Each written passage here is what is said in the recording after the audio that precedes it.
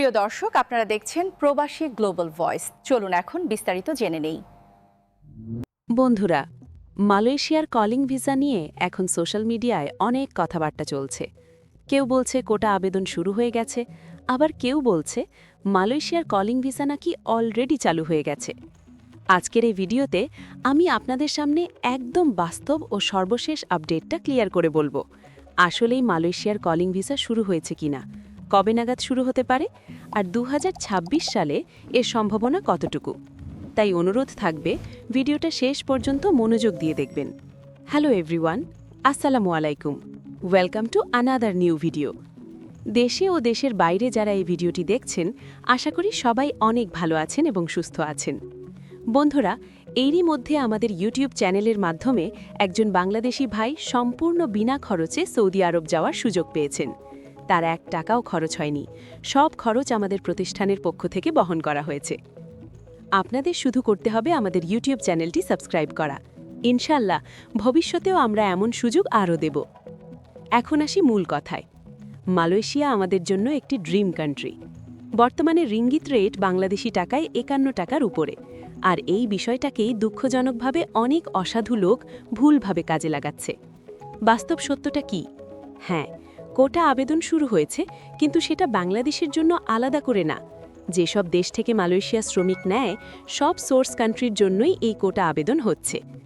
এটা হচ্ছে মালয়েশিয়ার ইন্টারনাল প্রসেস, মানে মালয়েশিয়ার ভেতরের কোম্পানিগুলো সরকারের কাছে আবেদন করছে কোন সেক্টরে কতজন শ্রমিক লাগবে, কোন কোম্পানি কতজন নেবে। এখানে বাংলাদেশের পক্ষ থেকে এখনও কোনো অফিসিয়াল ভূমিকা নাই।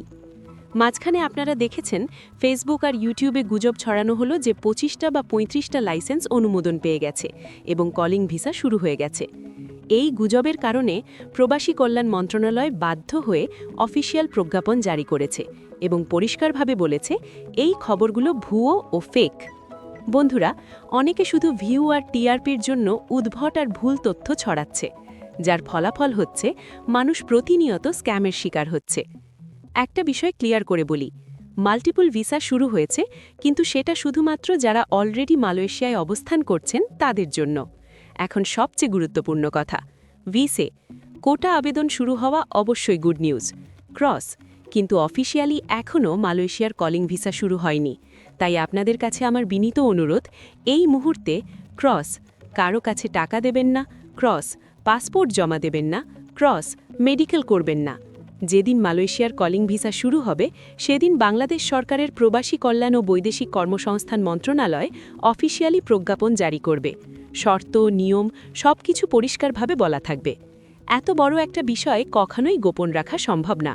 কলিং ভিসা শুরু হলে চাঁদ উঠলে যেমন লুকানো যায় না, ঠিক তেমনি এটা সবাই জানতে পারবে। 2026 সালে মালয়েশিয়ার কলিং ভিসা খোলার একটা বড় সম্ভাবনা আছে, কিন্তু এখনও বিষয়টি অনিশ্চিত। তাই অনুরোধ থাকবে, গুজবে বিভ্রান্ত হবেন না, কারো প্রলোভনে পড়ে টাকা পাসপোর্ট দিয়ে ধরা খাবেন না। বন্ধুরা, সবাই ভালো থাকবেন, সুস্থ থাকবেন, আমার জন্য দোয়া রাখবেন। আবার দেখা হবে নতুন একটি ভিডিওতে। ততক্ষণ পর্যন্ত আল্লাহ হাফিজ, আসসালামু আলাইকুম।